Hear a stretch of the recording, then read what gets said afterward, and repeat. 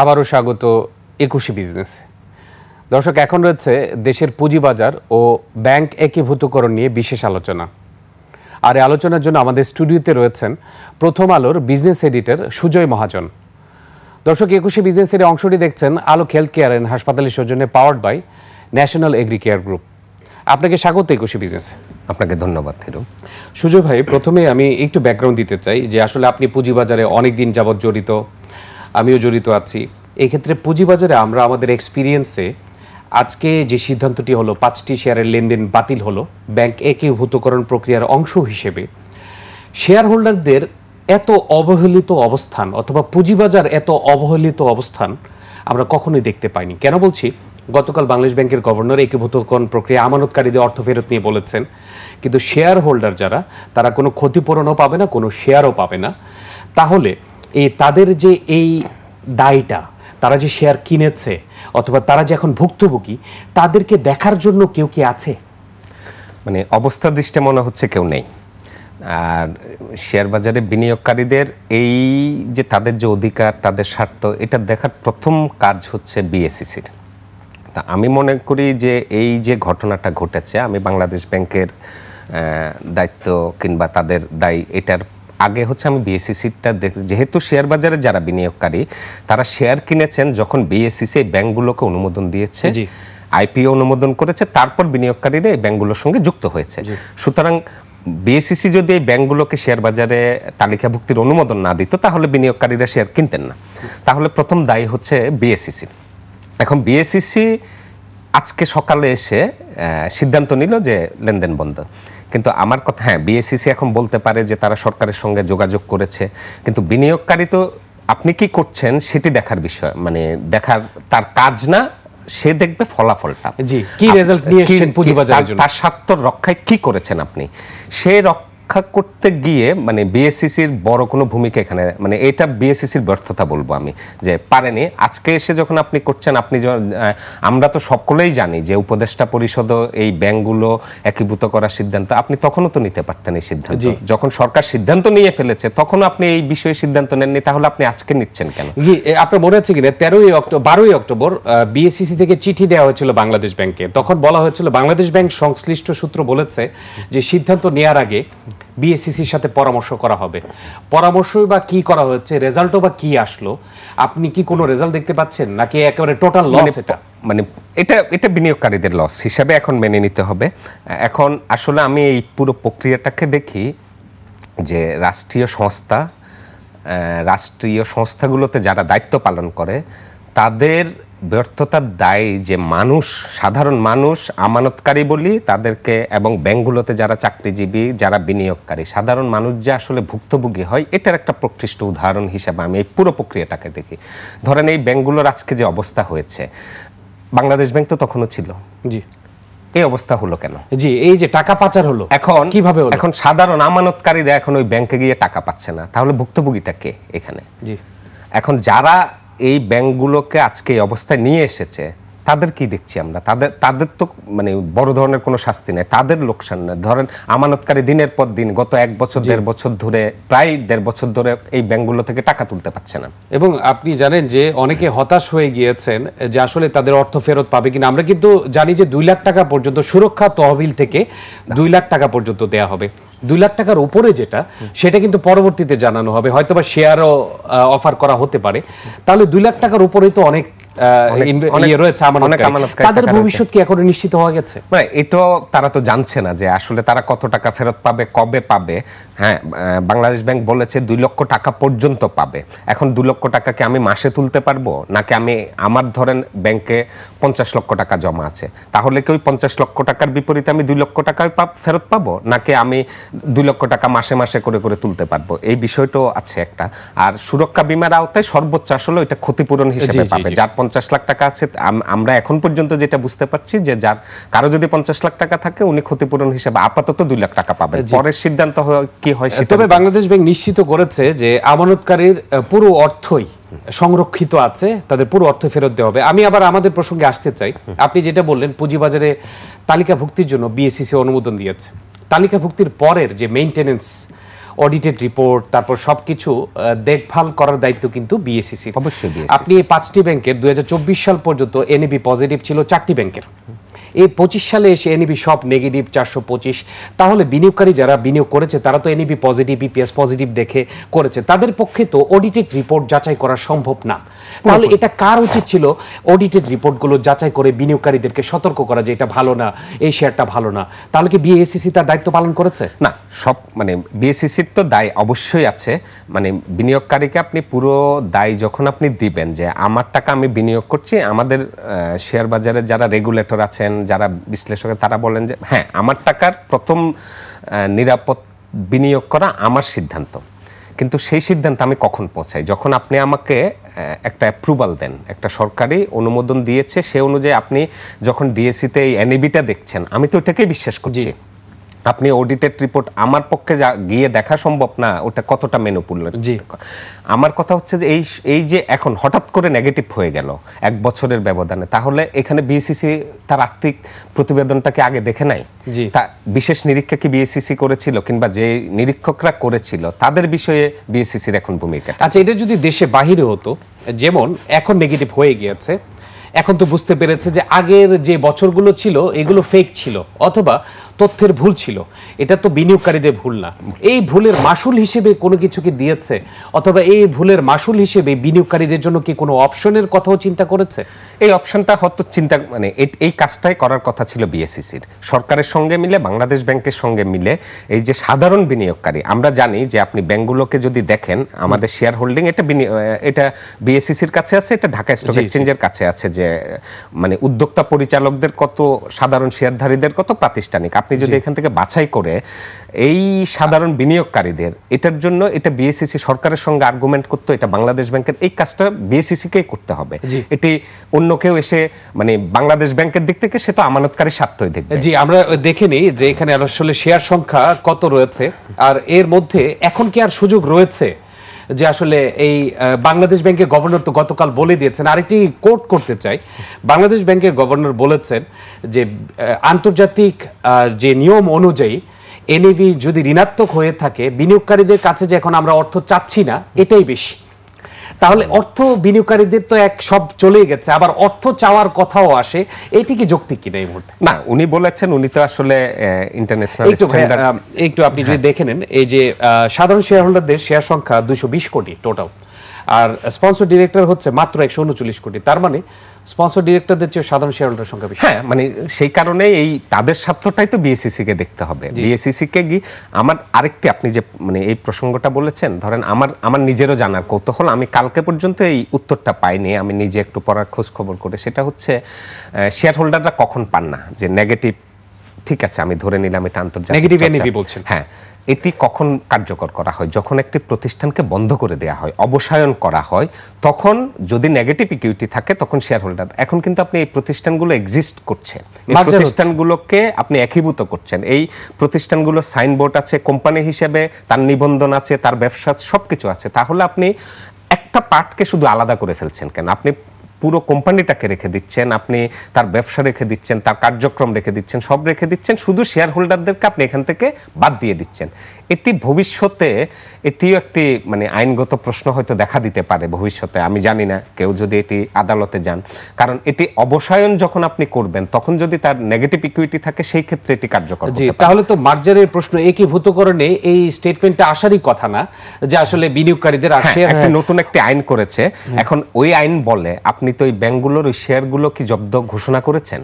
আপনি ওই কোম্পানির যে শেয়ার হোল্ডার আছে, এখন ধরেন 100% শেয়ার হোল্ডারদের আপনি যেটা দেখিয়েছেন যে একটা বড় অংশই সাধারণ বিনিয়োগকারীদের, তাহলে ওদের শেয়ারগুলো কি হবে? এগুলো কি জব্দ করেছেন কিংবা এগুলোকে বাতিল করে দিয়েছেন? এই বাতিল করলো আপনি, এই কাজটা তো বিএসইসি কে আইনগতভাবে করতে হবে। এই শেয়ারটা তো তার কাছে রয়ে গেছে, এটা সিডিবিএল আছে। তো এই না করে আপনি শুধু শেয়ার হোল্ডারদেরকে বাদ করে দিয়ে, তাহলে এটার মালিকানাটা তো আপনি নতুন করে তৈরি করেছেন সরকার, তাহলে তো সরকারকে এই সবগুলো শেয়ার কিনে নিতে হবে কিংবা এই শেয়ারগুলো অ্যাকোয়ার করতে হবে। মানে সরকার যে এখন এটার মালিকানা নিচ্ছে বলছে, তাহলে কি এটা নতুন করে আরেকটি ব্যাংক গঠন করে এটাকে নিয়ে যাবে? সেটি আমরা বুঝলাম। তাহলে এটির যে মালিকানাগুলো আছে সেটা কি সরকার কিনে নিবে? জি, আরেকটি বিষয় যদি আমি আপনার সাথে অ্যাড করতে চাই, আমি যদি একটি শেয়ারও থাকে কোনো একটি প্রতিষ্ঠানে, আমি ওই একটি শেয়ারের মালিক, সেই হিসেবে 220 কোটি শেয়ার, নতুন যে সম্মিলিত ইসলামিক ব্যাংক হবে, এই যে এখন যারা শেয়ার হোল্ডার হিসেব মতে তো তারাও ওইটারও শেয়ার পাওয়ার কথা, তাই না? আর যেহেতু তারা ওনার বলছে শেয়ার হোল্ডার, তার মানে শেয়ার হোল্ডার কি মালিক। কিন্তু এই ক্ষেত্রে ব্যতিক্রম হচ্ছে কেন? তার মানে কি পুঁজিবাজার সবসময় অবহেলিত হয়ে থাকবে? সবসময় অবহেলিত, সেটি হচ্ছে পুঁজিবাজারে যারা নেতৃত্ব দেন তারাও হয়তো মানে বিনিয়োগকারীদের এই স্বার্থগুলো যথাযথ কর্তৃপক্ষের সঙ্গে কথা বলে নিশ্চিত করতে পারেন না কিংবা আদায় করতে পারেন না। আমি তো বলি এই জায়গায় ধরেন আজকে যে বিএসইসি এই সিদ্ধান্তটা নিল, বাংলাদেশ ব্যাংকের একটি প্রেস কনফারেন্স একটি সিদ্ধান্তের প্রেক্ষিতে পর্ষদ ভেঙে দেওয়ার পরে, ধরেন গত বছরের আগস্টে যখন রাজনৈতিক পট পরিবর্তন হলো তখনও তো পর্ষদ ভেঙে দিয়েছিল এই ব্যাংকগুলোর। তখন বিএসইসি এই বিষয়টা নিয়ে এই ব্যাংক খাতের এই যে অবস্থাটা, এটি তো একদিনে হঠাৎ করে গতকাল হয়নি, তাহলে তখন থেকে মানে বিএসইসি এটার বিষয় সোচ্চার হলো না কেন?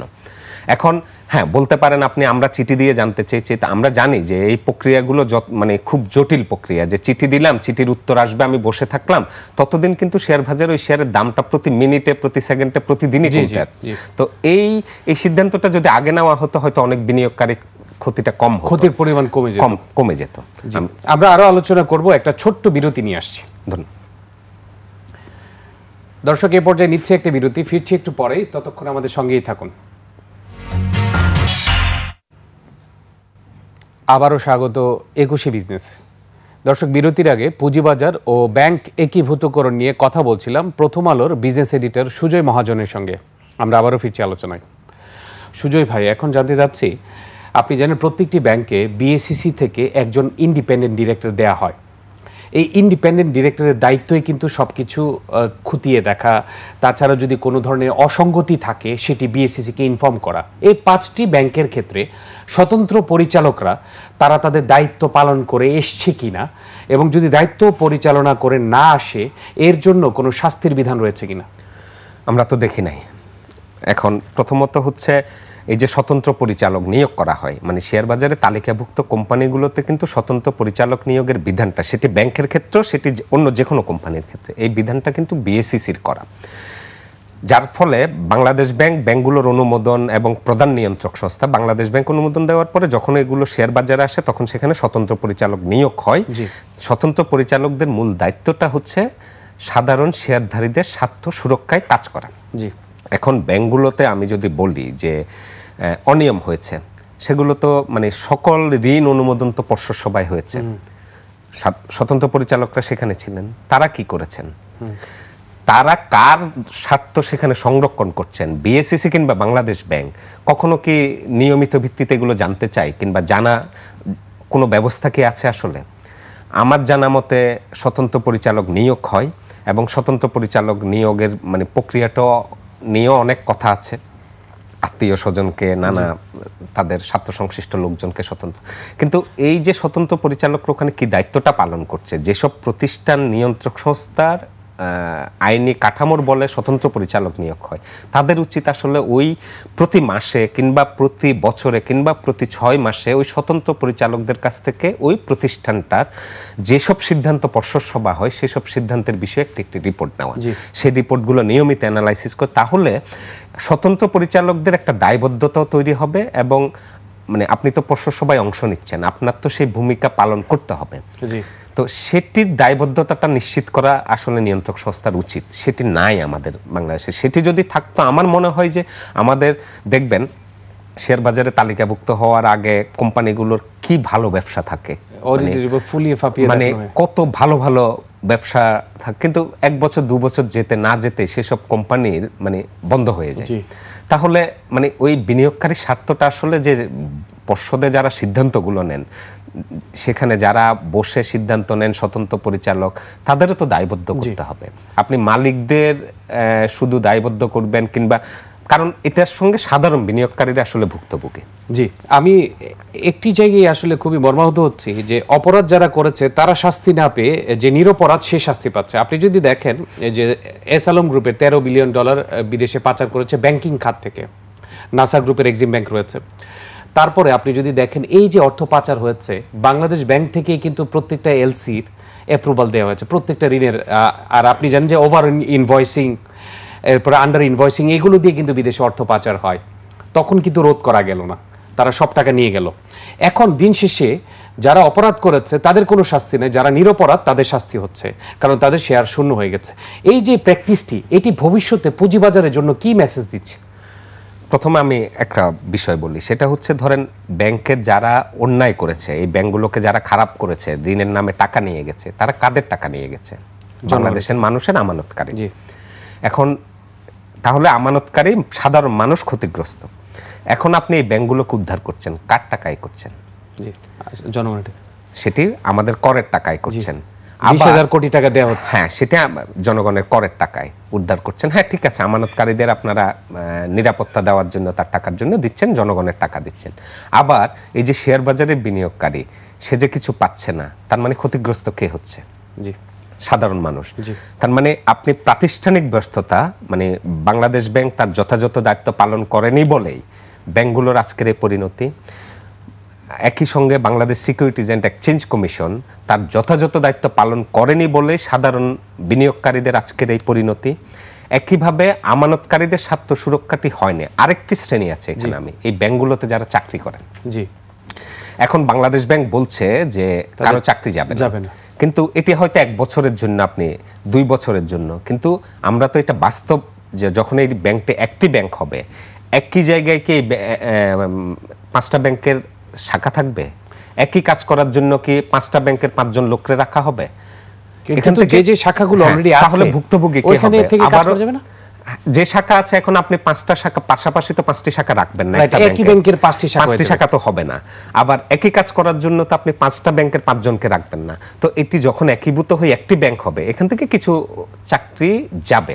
তার মানে ভুক্তভোগী হচ্ছে সাধারণ চাকরিজীবী, যাদের কারণে আজকের এই পরিণতি।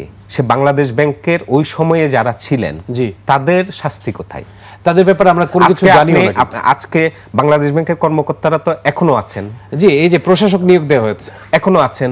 তারা যথাযথভাবে যারা দায়িত্ব পালন করেননি কিংবা করতে পারেননি, তাদেরকে তো দায়বদ্ধতার মধ্যে আনতে হবে। একইভাবে বিএসইসি তার যে কাজগুলো করার, তার দেখার, অ্যাকাউন্টসগুলো দেখার কথা ছিল, বিনিয়োগকারী স্বার্থ সুরক্ষায় তার যে পদক্ষেপ, তো এই দায়বদ্ধতাগুলো তো নিশ্চিত করতে হবে। এই যে অডিটেড রিপোর্টের প্রতি বিশ্বাস উঠে যাচ্ছে, এটা ভবিষ্যতের জন্য শেয়ার বাজারে কি মেসেজ দেয় সংক্ষিপ্তভাবে? এবং ভবিষ্যতে আর কেউ কি পুঁজিবাজারে সাধারণ বিনিয়োগকারী শেয়ার কিনতে চাবে ব্যাংকের শেয়ার? এমনিতেই শেয়ার বাজারে সাধারণ বিনিয়োগকারীরা, শুধু ব্যাংকের বলছি না, মানে সামগ্রিক বাস্তবতায় গত 15-17 বছরে শেয়ার বাজারের যে অবস্থা, তাতে সাধারণ বিনিয়োগকারীরা শেয়ার বাজারমুখী না। এখন হচ্ছে প্রাতিষ্ঠানিক কিছু বিনিয়োগকারী আছে, তারাও হয়তো আস্তে আস্তে বন্ধ করে চলে যাবে। কারণ শেয়ার বাজারে আসার মতো আপনি কোনো ব্যবস্থাই নাই। আপনি এই একের পর এক যখন সে খারাপ কোম্পানি আপনি বাজারে অনুমোদন দিয়েছেন, তাতে ক্ষতিগ্রস্ত হয়েছে, তালিকাভুক্তর পর 1 বছর 2 বছর পর এখন এসে আবার 5টি ব্যাংক বন্ধ হয়ে যাচ্ছে, যেখানে বিনিয়োগকারীর একটি বড় বিনিয়োগকারী কিছু পাচ্ছেন না। এরপর আসবে কেন বিনিয়োগকারী?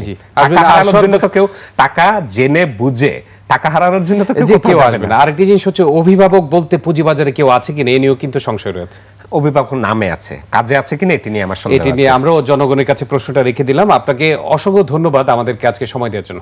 আপনাকেও ধন্যবাদ, দর্শকদেরকেও ধন্যবাদ যারা শুনেছেন। দর্শক, এতক্ষণ দেশের পুঁজিবাজার ও ব্যাংক একীভূতকরণ এবং এর নানা দিক ও করণীয় নিয়ে কথা বলছিলেন প্রথম আলোর বিজনেস এডিটর সুজয় মহাজন। দর্শক, নিচ্ছে একটা বিরতি। দুপুর 2টা 30 মিনিটে আবারও ফিরে আসবো 21শে বিজনেসে। দেখার আমন্ত্রণ রইল। 21-এর সঙ্গেই থাকুন।